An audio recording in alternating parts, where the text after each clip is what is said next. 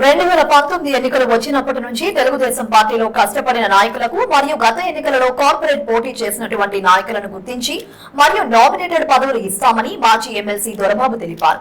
ఈ మేరకు చిత్తూరు జిల్లా టీడీపీ కార్యాలయంలో ఆయన మీడియాతో మాట్లాడుతూ చిత్తూరు కార్పొరేషన్ అభివృద్ధి కొరకు పార్టీలో కొనసాగుతామని వెల్లడించిన మేయర్, డిప్యూటీ మేయర్ మరియు కార్పొరేటర్లు తెలిపారని ఆయన పేర్కొన్నారు. గతంలో తెలుగుదేశం పార్టీ కొరకు కృషి చేసిన నాయకులు మరియు గత ఎన్నికలలో కార్పొరేటర్ గా పోటీ చేసినటువంటి నాయకులను గుర్తించి మరియు తెలుగుదేశం పార్టీ కొరకు కష్టపడిన నాయకులకు నామినేటెడ్ పదవులు ఇస్తామని చెప్పారు.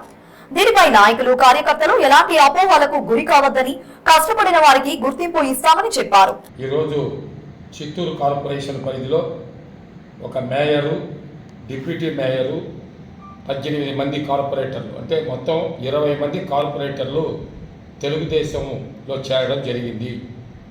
ఈరోజు వాళ్ళు వచ్చి కోరింది ఎమ్మెల్యే గారింటి దగ్గర వచ్చి, మేమందరం కూడా తెలుగుదేశంలో చేరతాము, చిత్తూరు టౌన్ డెవలప్మెంట్ కోసం మేమంతా కృషి చేస్తాము, మేమంతా అన్కండిషనల్గా పార్టీలో చేరుతూ ఉన్నాము, దయచేసి తెలుగుదేశం పార్టీని చిత్తూరు నియోజకవర్గమే కాకుండా రాష్ట్రం మొత్తం మీద కూడా 175 నియోజకవర్గాలు ఉంటే 164 నియోజకవర్గాల్లో మరి బ్రహ్మాండంగా బ్రహ్మరథం పట్టారు.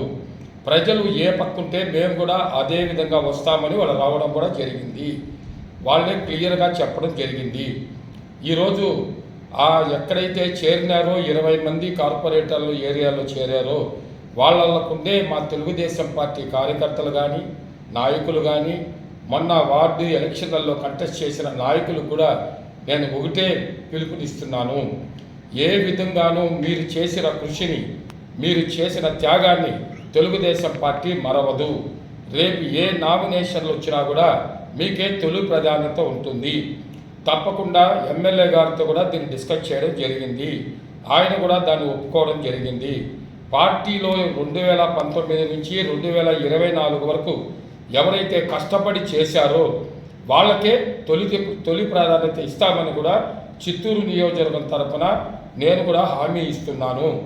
ఇది నేను ఒక్కడే కాకుండా చిత్తూరు నియోజకవర్గంలోని నాయకులందరూ కూడా దీన్ని పాటిస్తారు. అందరూ కూడా నేను కూడా వాళ్ళతో కూడా డిస్కస్ చేయడం జరిగింది. తప్పకుండా దీన్ని పాటిస్తారు. ఇది మరి ఈ కూటమి అభ్యర్థులు ఎవరున్నారో బీజేపీ కానీ, తెలుగుదేశం కానీ, జనసేన కానీ అందరూ కూడా దీన్ని అర్థం చేసుకొని మరి చిత్తూరు పట్టణ డెవలప్మెంట్ కోసం వాళ్ళు వచ్చారు. దానికోసం అన్కండిషనల్గా వాళ్ళు చేర్చుకోవడం జరిగింది. తప్పకుండా మన పార్టీ కార్యకర్తలకి ఏ విధమైన ఇబ్బంది లేకుండా చూసే బాధ్యత మేమంతా తీసుకుంటామని ఈరోజు ఈ పత్రికాముఖంగా తెలియజేస్తున్నా.